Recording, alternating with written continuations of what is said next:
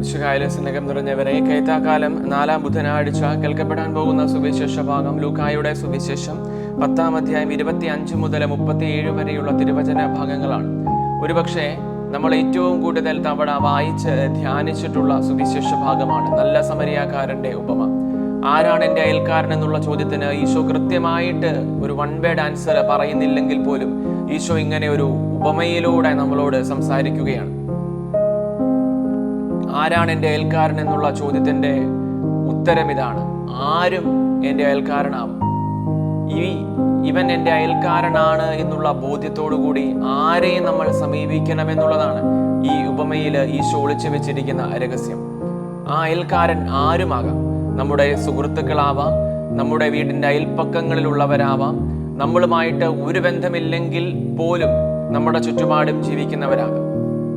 ആരും നമ്മുടെ അയൽക്കാരനാവാം. ആ തരത്തിൽ അവരോട് ആദരവോടെ പെരുമാറാനായിട്ട് നമുക്ക് സാധിക്കേണ്ടിയിരിക്കുന്നു. സുവിശേഷത്തിന്റെ ഒടുവിൽ നമ്മൾ കാണുന്നു, ഈ പരിക്കേറ്റ മനുഷ്യനെ ഈ സത്രത്തിൽ കൊണ്ടുചെന്നാക്കിയിട്ട് അവൻ പറയുന്നുണ്ട്, ഞാൻ വീണ്ടും തിരിച്ചു വരുമെന്നുള്ളതാണ്. ഞാൻ അങ്ങനെ വന്നു കഴിയുമ്പോൾ കൂടുതലായിട്ട് എന്തെങ്കിലും ചെലവാകുന്നുവെങ്കിൽ അത് തന്ന് വീട്ടിക്കൊള്ളും. അതായത് ഈ മനുഷ്യൻ വീണ്ടും തിരിച്ചു വന്നിരിക്കാനായിട്ട് ഇടയുണ്ട്.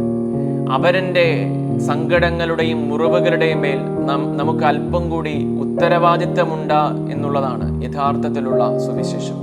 വിശുദ്ധ നമ്മെ സമൃദ്ധമായി അനുഗ്രഹിക്കട്ടെ.